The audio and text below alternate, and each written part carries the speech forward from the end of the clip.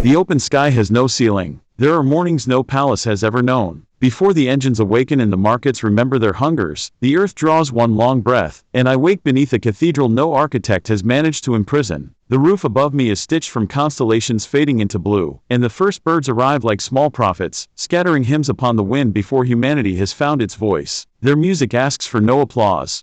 It simply exists, pure as rain remembered by stone. How strange that those who hurry behind walls may never hear this first concert of the world. The grass still wears its jeweled crown of dew. Each blade holds a trembling universe. I rise without clocks commanding me, without ceilings lowering themselves upon my thoughts. Morning air washes through my lungs as though the sky itself has become my oldest friend, filling every hidden chamber with cool light. There is a freedom known only to those who carry tomorrow upon their shoulders. My home cannot burn, for it is already the horizon. My address is wherever the sunset signs its golden name across the hills. The roads know me not as a prisoner but as a companion. They unfurl patiently beneath my feet, each bend another unwritten verse, each mile another invitation whispered by the earth. Rivers introduce themselves with silver laughter. Pines speak slowly in green syllables older than memory. Mountains never ask who I have been.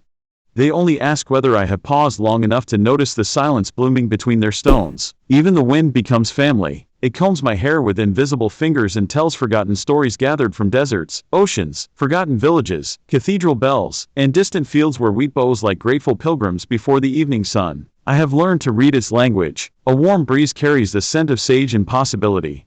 A cool one arrives smelling of rain before clouds have confessed their intentions. The birds recognize no passports. The swallows write cursive across the sky with effortless wings. Ravens carry the gravity of ancient philosophers. Finches embroider the hedges with impossible joy.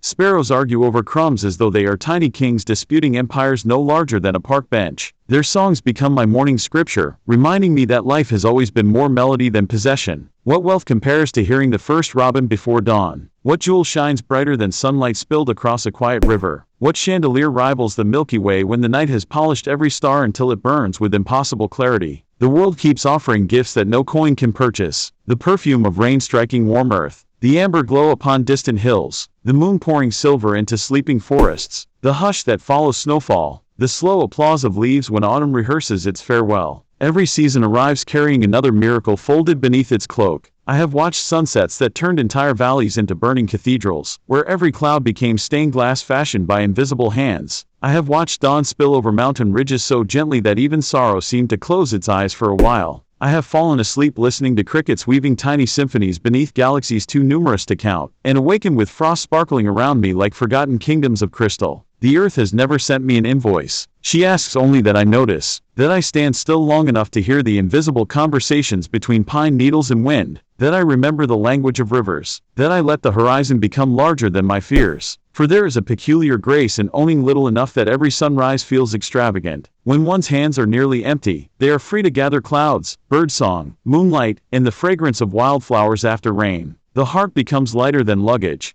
Hope travels more easily than furniture. Wonder requires no storage. Perhaps freedom has always lived where fences end. Perhaps happiness has never hidden inside locks or ledgers, but in the quiet companionship of morning air, in a hawk circling above forgotten hills, in bare feet touching honest earth, in watching the stars return each evening exactly as they promised. And if I have learned anything beneath this immeasurable sky, it is this: the universe has never measured a soul by the size of its house, only by its willingness to open every window of the heart until even the birds feel welcome to sing there.